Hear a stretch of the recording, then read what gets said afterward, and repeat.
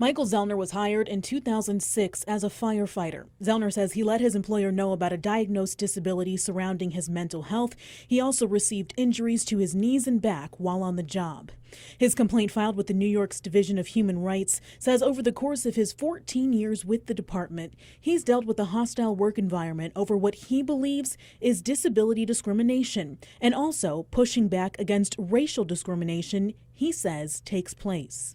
Unfortunately, I can't see the stuff that's been happening happen and just look the other way, but I mean, it's costing me tremendously in a lot of ways. Zellner says Chief Joseph Sikora and now retired Assistant Chief Glenn Rickow verbally harassed him for years and dissuaded him from making formal complaints. I have a recording of the same guy who retired, that Rickow, talking about pulling over two stupid effing NIGGRs, and it goes on. This is at the breakfast table at fire headquarters in the morning. A human rights investigator heard the tape and confirms a person on it uses the N-word at least 4 times when talking about a traffic stop.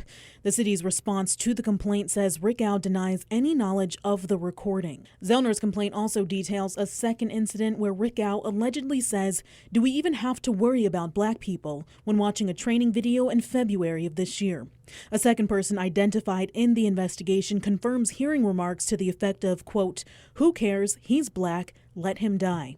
The city again denies knowledge of the alleged incident. And we went to the union and told them we were not tolerating this, and they basically brushed it off. That's the problem. It's such a small department. A lot of these old-time guys are like, you think it's 1920s. Zellner says after complaining about the remarks, he started to be reprimanded for small infractions, even facing a suspension for facial hair at one point, which the city confirms. Zellner says he attempted to file a discrimination complaint, but was provided materials for a workplace violent complaint instead.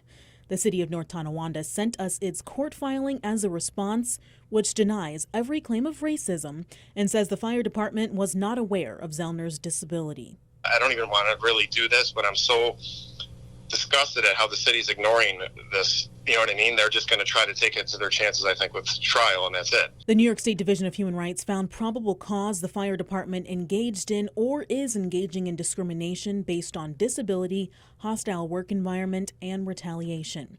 The matter will go to trial before a judge later this year. A date has not yet been set. Madison Carter, 7 Eyewitness News.